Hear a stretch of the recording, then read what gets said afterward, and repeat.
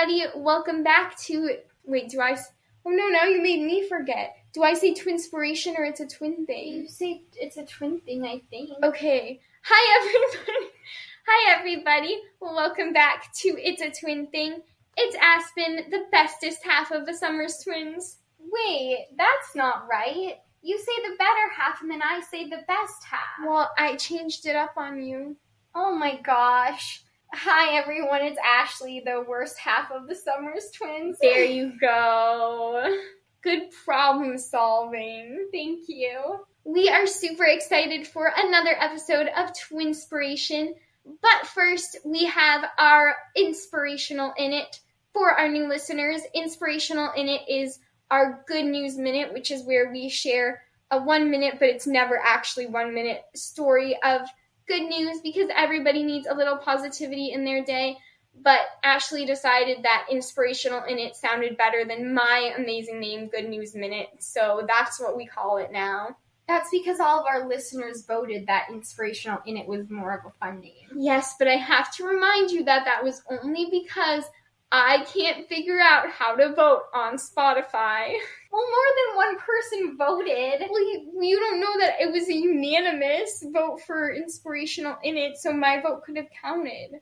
Every vote counts, people. Yeah, but if yours only got one vote, if you were the only one who voted for Good News Minute and like 5 people voted for Inspirational In It, it still would have won. Yeah, but you don't know how many people voted for each. All you know is that... Yeah, I do. I can see how many people voted. Well, I can see too. We fight about this every episode, so we'll move on. But it's relevant because we talked about how to work with someone you're in a relationship with in our interview today. Yeah, and we're in a relationship. Yeah. That's us French kissing, sister style.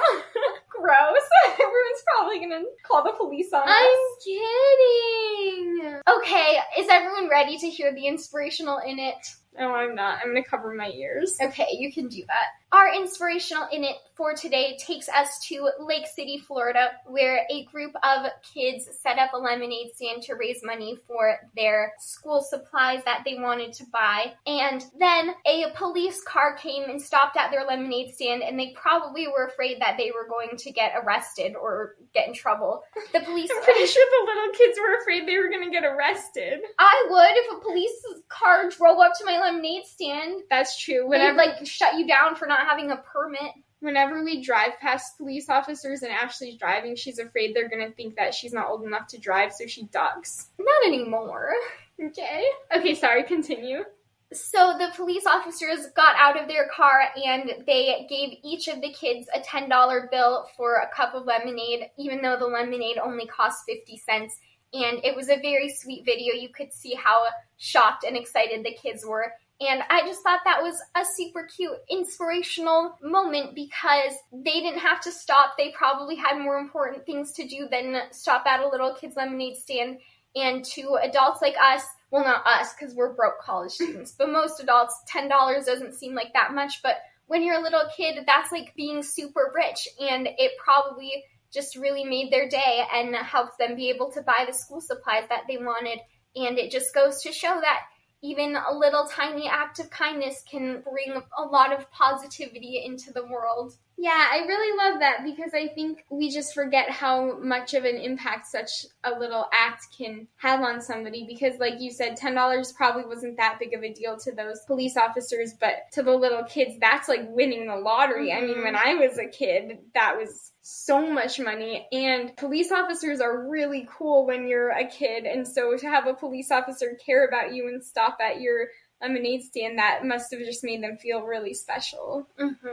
Please remember today that even just a little act, like the other day I think I was at church and I held the door open for this old lady that was following behind me and she thanked me like 5 times just for holding the door open. She just seemed so flabbergasted that somebody would hold the door for her, and it was so sweet, and all I did was hold the door for her, but that obviously made an impact on her day, and so I hope that everybody who's listening can just make it a point to do one little thing that would take no time or no effort to make somebody's day better, because you never know what kind of an impact just smiling or asking someone how their day was is going to have on them. Mm-hmm. On today's episode of Twinspiration, we have Karen and Bill Drastal of Chubby Beagle Productions. They are animators who started their own production company, and they've done a lot of really amazing things both separately and together. And this was such a fun interview. I didn't really know that much about animating, and so I wasn't sure that I was going to know what they were talking about, but it was so cool to get to hear how they both got into animation and just how they work together as husband and wife and also as a team, and just learning about how animation has changed and how they've had to deal with that was really fascinating. So I think that our audience is really going to enjoy this interview. Yeah, I think so too. I'm excited for them all to hear it. Well, how's your guys' beginning of August going? Busy. Busy, yeah. Today turned out to be a busier day than we thought. I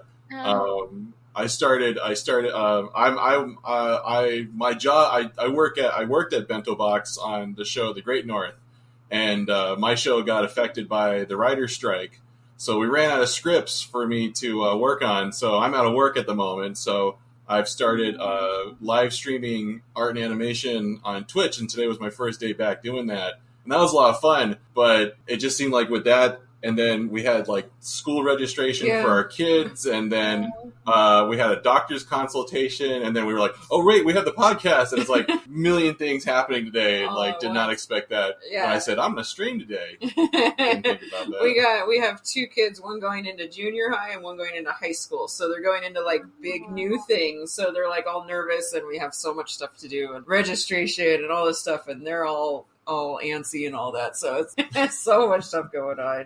When does school start for them? It starts next week. Yeah, next week. Super early. That's really early. And also, like, we're here in LA. It's like super hot, so it's like you want to go to school in like 100-degree weather. Like, no.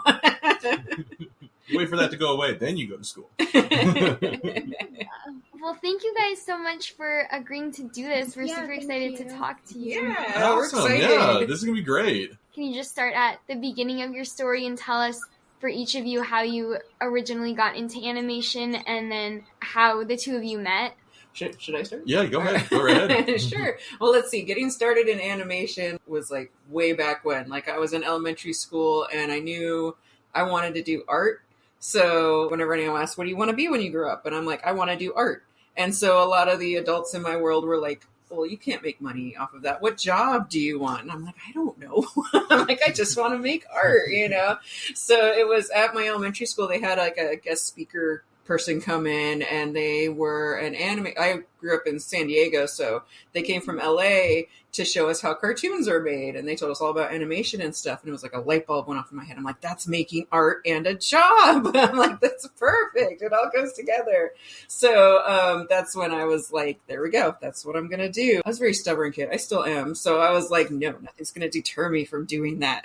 So that's what got me onto that avenue. And then how we met, like we met in art school at college. Yeah. And so it was, for me, I started going to community college because I didn't know which college I wanted to go to. And then I transferred over. So it was my literally first class. You'd already been there for like a year. Yeah, I've been there for like a semester because you had a bunch of classes that you knocked out because you got your AA, and so I didn't get my AA.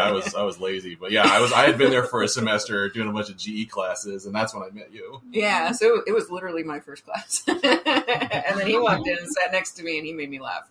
So, but we didn't actually like start dating and stuff for like a year after that. So it was a bunch of drama and chaos and stuff, and my friends telling me they were sick of me talking about him all the time, and then me like trying to like avoid it, be like, nah, I don't like that guy at all. He was the star of the school. He was like the golden child of the school. So all the teachers were always talking about him, like, oh, you should talk to Bill Drastal. I'm like, no, I don't want to talk to that guy. Like, I want people shut up about that guy. So he was like haunting me for that full year, and then after that, then we started dating, and then we got married after we graduated. Yeah. But how did you get started in animation? I got started in animation. I was always that kid drawing in the back of class during class and just doodling. And when I graduated high school, I really started looking at, I'm really liking my art. It's something I could do something with. Yeah, I graduated and I took it was an animation class offered from a local high school. So it was was offered to adults. I was 19, but like adults. It was offered to adults through a regional occupation program. So like that's how adults could take it, even though it was out of high school. And it was this guy who had like worked at like Warner Brothers for a long time, and he was trying to set this up as a pilot program for like other schools. So like, here's all your equipment, you can teach kids how to animate and do all these other things. And he was going to like sell all the equipment for it. This was one of his like first classes, not his first class, but he'd been doing that, and that was the whole reason he was doing the class. And I got in that class, did like a bouncing ball test, and I put all the paperwork down on the capture station, and we captured the animation, and I watched the thing I drew come to life, and I was like, oh! I could feel like the sparks going off in my head, and I was like, this is what I want to do. I love this part. Yeah, birds chirped, unicorns galloped around, that sort of thing. But no, it was really fun, like seeing everything come to life, and I was like, yeah, this is what I want to do. I enrolled in community college and took all their art courses. That's where, I think I was going for an AA degree, but I didn't do that because I just got rolled into art classes. And the school we went to was the Art Institutes in San Diego. And I believe I was the golden child there because I was working at SeaWorld drawing caricatures. There's a bit of confidence that you have to develop when you're doing caricatures because you're drawing live in front of people, and they're sitting there judging everything you do. It's nerve-wracking. And as you're sitting there with their loved one in a seat, and you're judging them and drawing a funny picture of them. So there's a bit of confidence you have to have from doing that. And I've been doing that for about 2 years when I started going to school at Art Institute. And so I went to Art Institute with that kind of cocky bravado of doing caricatures. So teachers would be like, all right, we're going to draw a life drawing. I'd be like, life drawing, I've got this. And I'd like whip out some nutty cartoon version of them. And the teacher would be like, oh, yay! He's also 6'5", so no one's going to mess with him. Yeah, no one's going to tell me nothing because I'm the size of a house. I joke. Yeah, that's interesting. I never would have thought of that. I'm sure it is super nerve-wracking to be drawing live. Oh, you tried doing caricatures for a while. I did it for one summer, and I hated it. I hated every minute of it. Like, I did not like it. I was so nervous the whole time. I was like shaking. I was that nervous because, yeah, it's live. There's a bit. I think the best thing was just meeting the other artists there. I made some good friends. Oh, that's the best part about working in any professional art thing is just the people you meet. Yeah. Yeah, it's full of a lot of like fun and exciting and just interesting and unique people. So it's all about the people you meet. Yeah, but the actual doing the job was just like, no, I didn't like. It's not for everybody. Yeah, it's not. There's a bit of disconnect you have to have. The best advice I got was from my manager Rick. It was a very Bob Ross moment. And he was like, oh, because you're drawing with a Sharpie marker, so you can't erase, you can't change anything. So he's like, oh, if you make a mistake, well, hey, you just made it better. Just like look at it that way. And then so if you make a mistake, like, oh, well, I'll just make it better. And you just go from there. And that was kind of the mantra I was kind of operating on. Like, hey, I didn't make a mistake. I just made it better, Happy accident. Happy accident. That was basically, that's why that was the Bob Rossian kind of version of it. Well, I think that is really interesting that both of you kind of knew from pretty early on in your lives that you wanted to go into animation because we've talked about before that a lot of people that we interview on the podcast seem to kind of start in a completely different direction than where they end up. So I'm curious, since you had that idea from early on when you started college, what was the experience like of trying to break into the business, and did you run into any challenges that you didn't expect when you initially decided to become animators? Oh, yeah. Well, how much time do you have? It was definitely not a straight shot for me from when I decided I wanted to do animation to actually doing animation, because that whole time in between was a lot of people asking, like, how do you do that? How do you break in? And I didn't have the answers, so I was like, I don't know. So I did meander everywhere. I do have an AA in graphic design, so it's like I was thinking, because everyone kept asking, like, what's your B plan? I did office work and stuff just in case. It has helped me through the years, but it's like in my mind, I'm like, man, I could have been really focusing on my artwork the whole time if I just got that I guess you could call it like societal pressure out of the way. I did get it in my head a lot to like meander around and try different things, but I just kept coming back to it, like in my head. Even when I was going to college for animation, it was still in my head of like, am I going to do it? I don't know. I hope I do. And it's like, if I could go back to my old self, I'd just be like, stop thinking that. Stop it.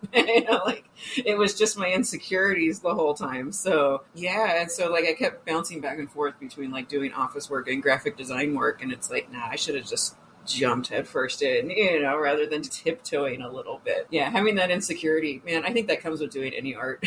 Yeah. Everyone's got their insecurities and doubts. Yeah. How about you? For me, it was, I had like idea, okay, I want to do animation. I was in San Diego too, and there wasn't a lot of animation work at like down there, and I was like, okay, I'm not gonna go move up to LA because I don't have any money or anything like that. So I was kind of just like, okay, I want to find anything I can do that's drawing, because I knew that was part of it, and that's how I got into doing caricatures at SeaWorld, because I started out as a portrait artist where I drew like side profile portraits, and I was terrible at that. Then they canceled that booth because it wasn't making enough money. But then they're like, hey, all you portrait artists, we're going to train you to be caricature artists, and that's when I got into drawing caricatures, and that was actually where I met a lot of friends who I'm still friends with, and a lot of them also had aspirations of working in animation. It was that artist kind of like collaborative pushing each other that kept me like, yeah, like I can do this, and I'm doing this, and this is helping me learn this, and this is doing this. And like I'm still friends with a lot of those guys that I worked with, and a lot of us have gone on like to work in animation and do other in comics and other things. But that was kind of like starting the place like, okay, I know I'm learning some of the skills, but I'm not doing the work yet.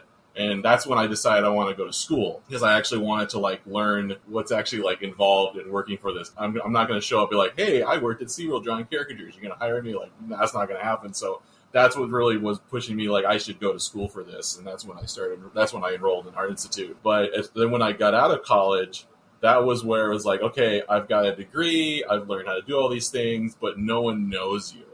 And that was, I think, the biggest eye opener is that's anywhere in Hollywood, in entertainment. It's all about who knows you, who knows what you can do, and who knows that you're good at what you're doing. And that took me a long time to learn that. I was kind of still in that, like, I'm just going to submit my resume and someone's going to like my stuff. It was that kind of simplistic looking at things. And it took me a while to really like get understanding, like, no, you have to go out and know people. People have to know what you do and that sort of thing to kind of like help you navigate it. Well, we learned that there's no real like breaking in what we thought, starting out like you just break in once and you're good. You're set for like ever.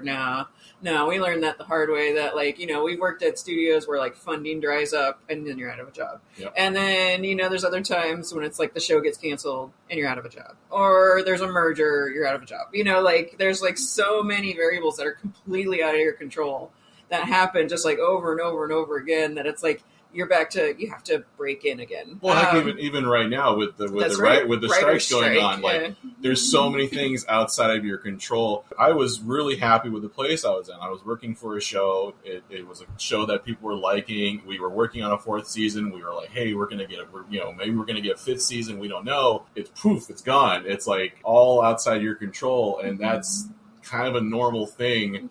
It's not a great thing. I don't like it. No one likes it, but that's a normal thing that happens in the industry. If you're working in the industry, you never know where your next like gig or project is going to come from, or what person you met at one random convention is like now offering you something awesome or hooks you up with a thing or something like that. So it's more like build up. You're building a big snowman for lack of a better metaphor.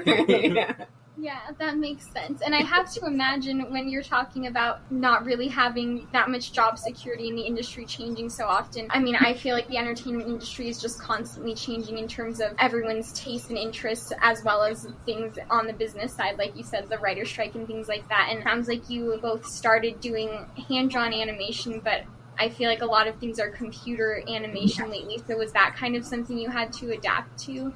Oh, totally. Oh, yeah, we went to school for animation and we were taught by like some really amazing, talented people that worked in like traditional animation, the paper, you know, the cameras, and we graduated right about the time when it was like that was done.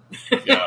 So it was like Right, we got lucky right in that transition. yeah. So we like went into wanting to do animation with like, you know, the starry eyes of like Lion King and Little Mermaid and all that revival, but the way they did all those movies is now done. It's like not anymore, you know. Even the ones that look that way, they don't graduated. they don't do it that Yeah, way. it's all digital. Yeah, it's all digital. All of it's And, on computers. so most of the learning we've done for like how to do animation and stuff has been like on the job and taking classes outside of it and stuff like that. It's like a constant learning process, you know, like constantly learning new software, constantly learning like new what's trendy or what are studios looking for. It's like a lot of adaptability you got to do. Yeah, even the art style. When we graduated, it was all that like Steven Silver style, like, but like then. design. But then, yeah, we were like, you know, getting rolling and stuff, and then suddenly Adventure Time came out and just changed the entire landscape of like what cartoons looked like. You know? Yeah. It's like, okay, we've completely shifted now. So it's like, yeah, you got to be adaptable. You got to you got to keep learning. You can never stop learning. That's the thing. Yeah. One of the best anecdotes I have is so we you know, both of us we did like 3 years of college, and you know, we learned certain programs. And then they were offering a workshop. It was like Titmouse, 6-Point Harness, and what was the other one? Animax. Those were like the three big Flash animation studios at the time back in 2009. And they're like, hey, we want to train a new crop of animators, so we're doing a workshop for 4 days over the course of 4 weeks. They did it because no one knew how to use the program. No one knew how to use the program the way they were using it. And we were like, well, we learned a little bit about how to use Flash in school. And completely the wrong way. Yeah, completely the wrong way. We learned more in those 4 days than the 3 years that we were in school. I know, for real. And like, but it was because it was so focused on this is how you animate in this program. It was like, what? And like some of the techniques that they taught us, we're using in the stuff that we're producing now. Like like we went on to make games and animate for studios there, and a lot of those techniques they taught us. You gotta go look for those avenues to learn, because sometimes they're out there. It's kind of similar to you don't like break in once in this industry. You don't learn it once. You just got to keep going. Yeah. Do you think that in some ways having to be constantly learning helps you deal with the flux of the industry and like not knowing when your next job is going to be? Or is it more just frustrating that you feel like you can never just be done and like be confident in what you know? It's a bit of both. It is. I was just going to say it's both. Yeah. Like I personally love learning things, so I think I lucked out with that because I love taking classes and learning new things, and especially up here in the LA area there's a lot of classes to take and stuff, and yeah, like you said, it's a great place to have like a creative outlet or to be doing or to feel like you're progressing somehow, you know. It's like, okay, I don't have a professional job right now, or I'm doing, you know, something that's not in my profession just to pay the bills, you know, but to be able to like go to a life drawing thing at night or to have a class on Saturdays to go to, yeah, that definitely keeps your creative juices flowing and feel like you're moving, you know, like you're instead not just of sitting there. Because, yeah, I know personally if I'm not doing that, yeah, I start to get the guilt or I start to feel stagnant or something, or I feel like I'm falling behind. I know that happens a lot, even though it's not true, but it's like I feel like I'm falling behind. I have to keep going, you know, sort of thing. So classes and learning new things, sometimes with like in-person classes, like you meet new people who are also looking for jobs. And again, you can find a job anywhere, you know, so it's like that helps out. It's both. You're getting a creative outlook and networking and something to do when you have a lot of time on your hands. You know? It's frustrating because so many things can change so quickly, and so you can get that sense of like, I gotta learn a new program, I gotta learn a new bit of software, they were doing it this way, I thought I figured it out. Like that's where the frustration can come in, especially if it's something that you took a lot of great pride in. Like, I was a master at this, and now you're changing it? Stop! No, that's where a lot of the frustration can come into. But you gotta it's the flexibility that you want to have, because that change is going to come. It's going to come in different ways, so you got to be flexible. Having a creative outlet through learning is good. Just having a creative outlet of anything is worthwhile. Back in 2017, I was out of work, and I started live streaming. It was just to give myself every hour a day, I'm going to draw something in front of people, and that's how I'm going to keep myself out of a funk. And that way it's like I'm still creating, I'm still growing, I'm still practicing. And that's why I started doing it right away now, because like I don't want to get in that funk again. I want to keep feeling positive, and it's now giving me stuff to work on. During the pandemic, I took a writing class, and we wrote a pilot script for an idea. And I even was an old contact who was in that class. I reached out to her about job possibility and stuff. So it's like doing something new, breaking yourself out of like whatever you were doing is just like, it's planting seeds for who knows what's going to grow. But at least you're throwing those seeds around instead of just not. Yeah, we tell people who are like starting out in animation all the time, you got to be determined, and you just got to keep going. You just got to keep plowing through, because it's like there's going to be ups and downs, and you can't, and you got to really love it, to like go through all the job insecurity, all the ups and downs, all the insecurity with like what's trending, what's not, what's, successful or not. You just got to keep your eye on the goals, keep out what's ahead of you, or keep your focus on like what you really enjoy. Yeah. You got to really enjoy it. Yeah. Because there's a lot of crud. Yeah. And all this is hard. Yeah, it's hard. It is not easy. It is hard. It's easy to say all this stuff, and it's easy to say like this is what we want to do. It is hard to do. It is always going to be hard to do. That's why it's worth doing. It's that sparkle feeling. It's that when you've done it well, when you see it, it's like, yes, that's what I was going for. I got that sparkle feeling again, but it's hard. I love that. I think that's something that anybody in the arts industries of any kind understands, that the sparkle feeling that you don't know until it happens. And then it's like, all of this was worth it, even in just the one passing moment that you feel pride in, or feel like, this is why I'm doing this. This is why I love this. And I think you always have to keep those moments in mind, because it helps you wade through all of the other crud that you have to deal with. Oh yeah. Oh, definitely. Yeah, it's like a sail that pulls you through the downtimes. It's something to hang on to. Yeah. So, and then you get to the next sparkle feeling moment, and you're like renewed and like refreshed again. Yeah. So Karen, I wanted to go back to a little bit earlier when you were talking about Bill kind of being the golden child, and also, I mean, we are business partners and we're also sisters, and it's hard for us sometimes to deal with that, just like sometimes, most of the time.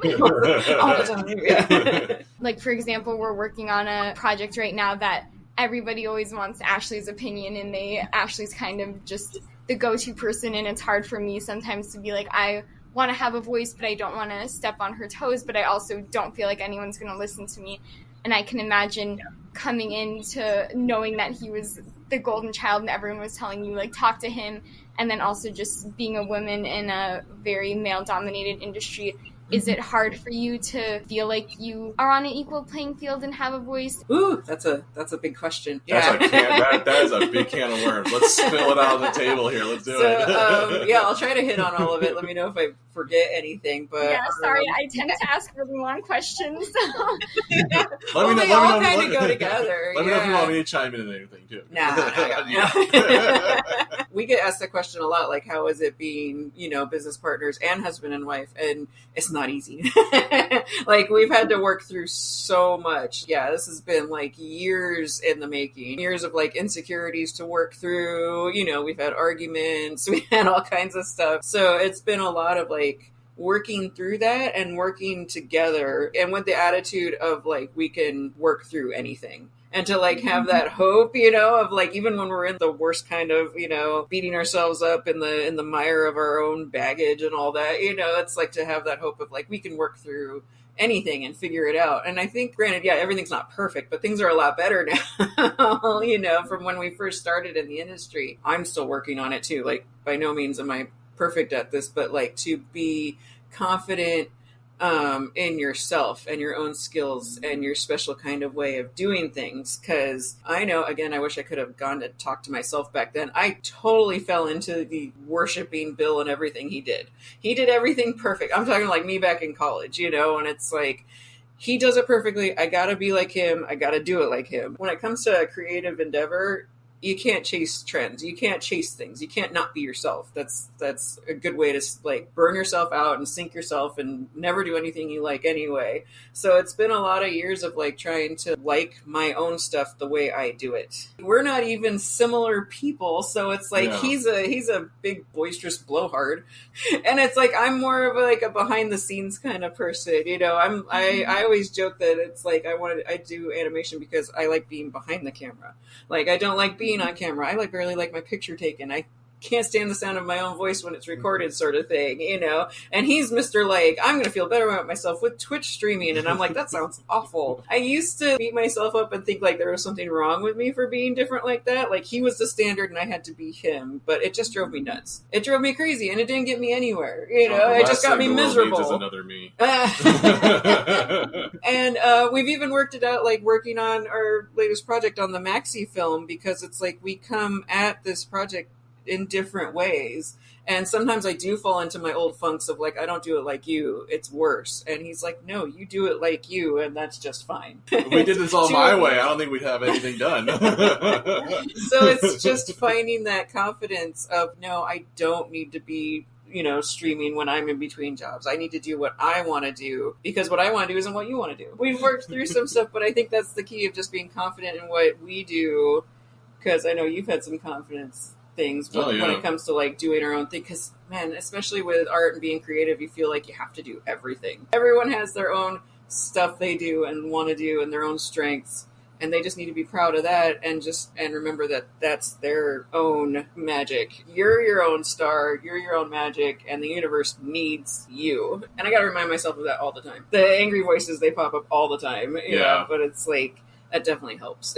That's just something that no matter what people are doing, I hope that our listeners take away from this, because it's really hard to not compare yourself. And I mean, I really appreciate your honesty, and I think everyone has the angry voices in their head and thinks it's only them, and it's especially when you're working together with somebody who you're so close to. And I did want to ask how you guys initially decided to start your own company together, and I guess what the like jumping off point was for that. Yeah. I could take this one. Okay, I know you just talked the paragraph. Sure. Yeah. we got started with our company back in around 2018. For the longest time, both Karen and I, we've hopped on different freelance projects, and the short answer freelance was kind of how we supplemented. Supplemented a lot of income between dry times and times between jobs and everything. The short answer is we started our company mainly for tax reasons. Like that's the short and simple, dry, boring answer. We started for tax reasons, but for the freelance stuff, because our accountant said, if you started a company, you'd have a lot better time with taxes. We're like, all right, let's start a company.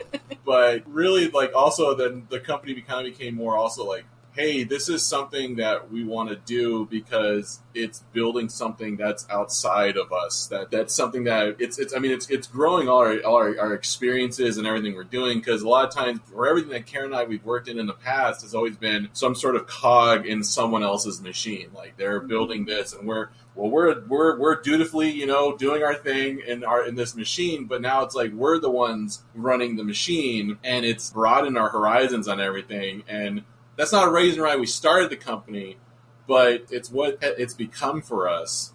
And it's been a wonderful kind of undertaking that we've done. Yeah, I remember it was like about a year in when we were really talking about, do we really want to like grow this thing? Like, we already have the company set up. It kind of like planted seeds in my head, I know, at least of this could be something. Because, it's so hard to jump from job to job to job and not knowing when it's going to end. And also it's really hard to go into a new job that already has the end date on your contract on it, so you already know when it's excited. over. And it's like you just hop around all over the place. For me, at least, I know I was like, I want to do it differently. We saw so much stuff in the industry that we just didn't like. There were parts that we did like, so we kind of took pieces of those experiences of what like we really liked that, and then other pieces that were like, we did not like that, so it's like, we'll make sure we don't do that. Oh boy, no, we're not doing that. So it was kind of like, hey, let's try to build something different. We're definitely taking more of a slow build of it. We started with smaller jobs, and we're kind of like using that as like stepping stones to bigger jobs and bigger opportunities. Yeah, with Chubby Beagle Productions, we want to kind of like have multiple things going on,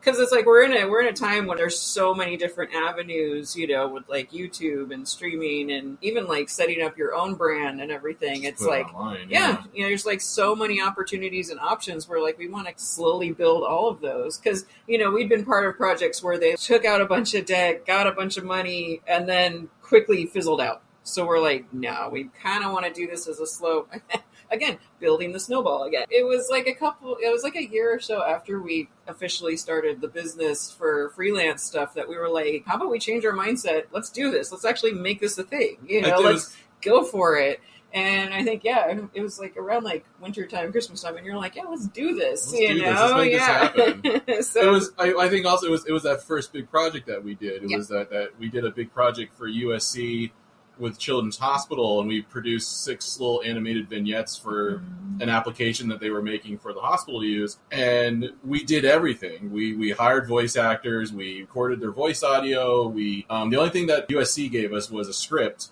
and then we just built the whole thing after that. And so, yeah, we were building everything, not just a cog. We were building everything, and that was kind of like the seed of like, that was fun. Let's keep doing more of that.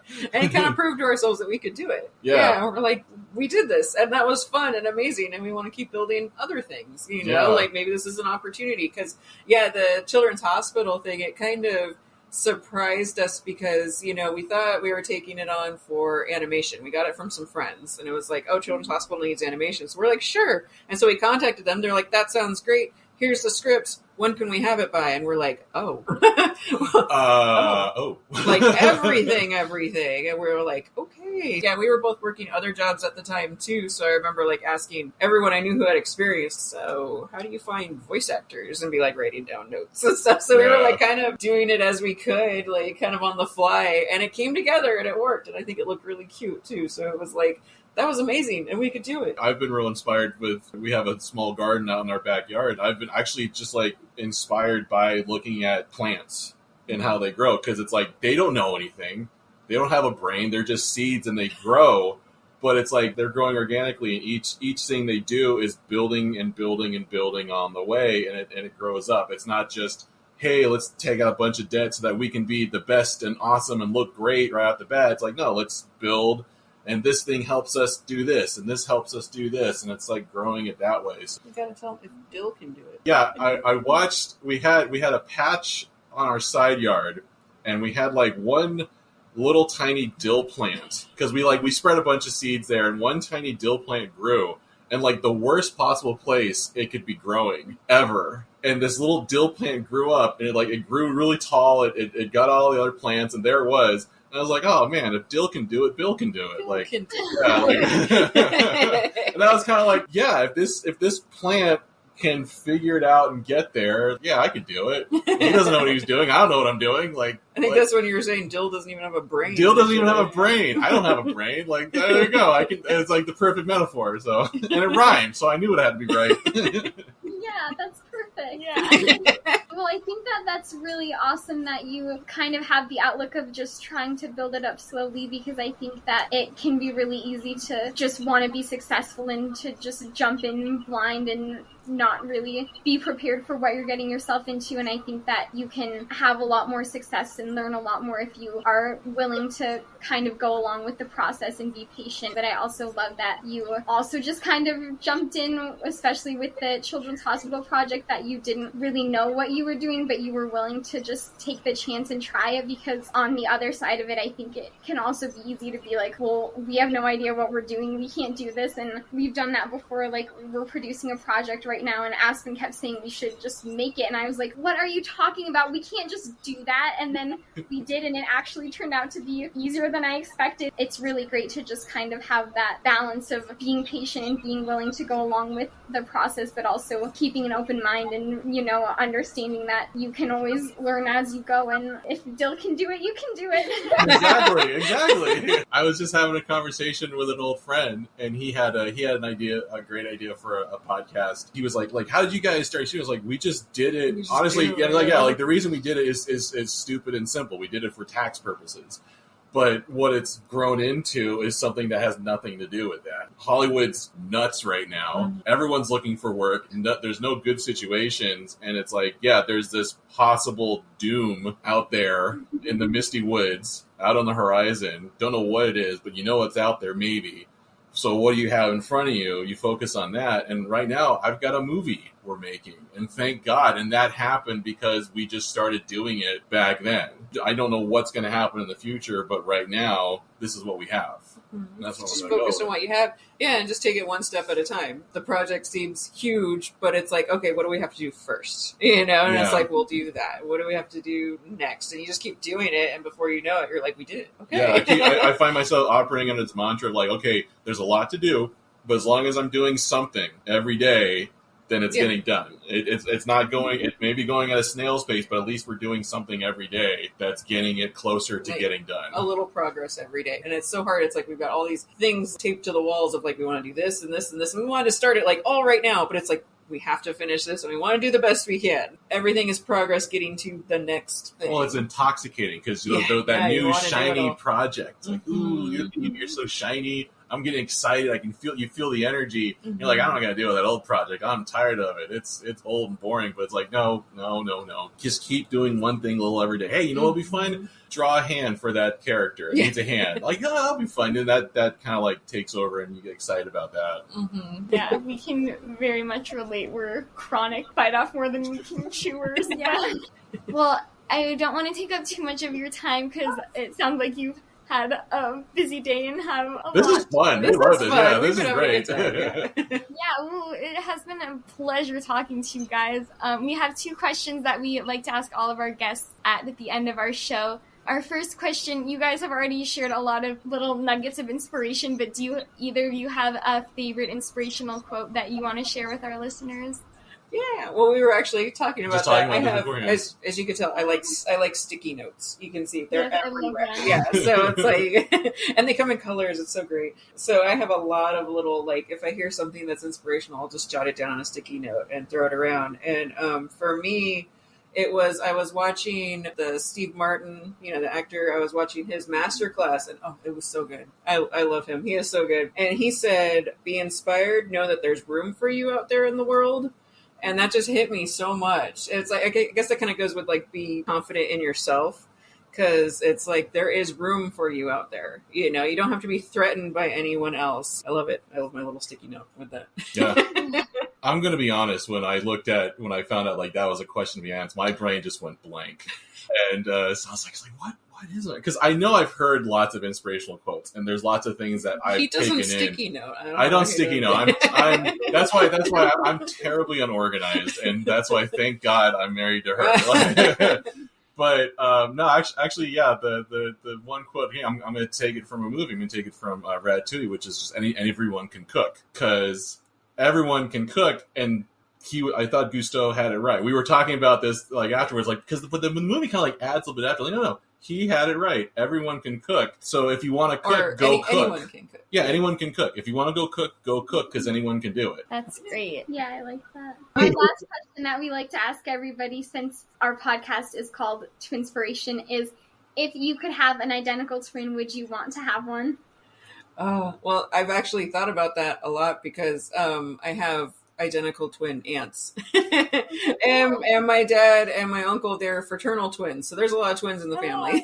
So it's like, I kind of like, there were times when I wanted a twin. Yeah. I was like, I want a twin. It's like, there's sometimes where I'm like, that would be amazing. And other times where I'm like, no, that wouldn't be amazing. Have you ever thought about it? Oh yeah, I've thought about it. I've actually got, it's interesting because I don't have twins, but I've got 2 kids that when you see a lot of yourself in your kids, it's like you see them going through the same problems or having the same little intro, whatever ethnicities that you had growing up as a kid. And as a parent, sometimes your first thing is kind of be like, oh, well, I'm going to help them. But it's like you see them for how you are too. So it's kind of like having a twin. And you're kind of like, I know my first reaction is, I don't like it. I don't know if I'm going to have a mirror every day. But then there's also like, but if it was like a twin, it wouldn't be me. It would be my twin. I have a brother, and I love getting together with him. It's been a long time that we've kind of like come to really more have a relationship where we're now brothers, and we enjoy that. And so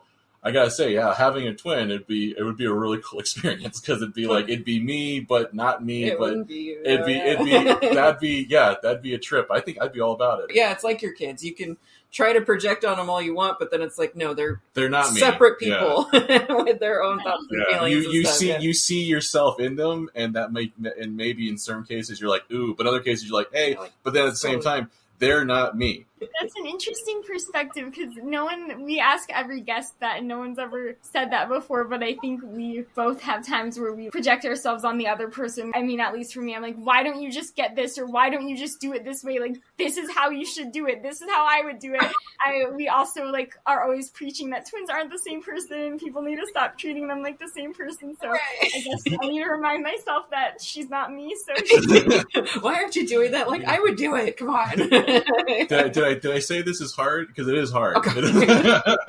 Well, thank you guys again so much. This you. was really great getting to talk to you. Yeah, this was a lot of fun. This has been awesome. Yeah, thanks for having us. Yeah. We can't wait to see what you guys do next. Thank you. Yeah, we're projected for Maxi Luau to come out next summer. So, don't have a date yet, but look for it in the summer. It's coming. We're really excited. It's all coming together if I can plug it, go to maxi.com and sign up for the email list, and then once the movie's out, wherever it's going to be out, you'll know about it, and you can go watch it. Okay, cool. Perfect. We'll definitely tell our listeners Yeah. to do that. Awesome! We're really excited for it. Yeah, it's going to be fun. Bye.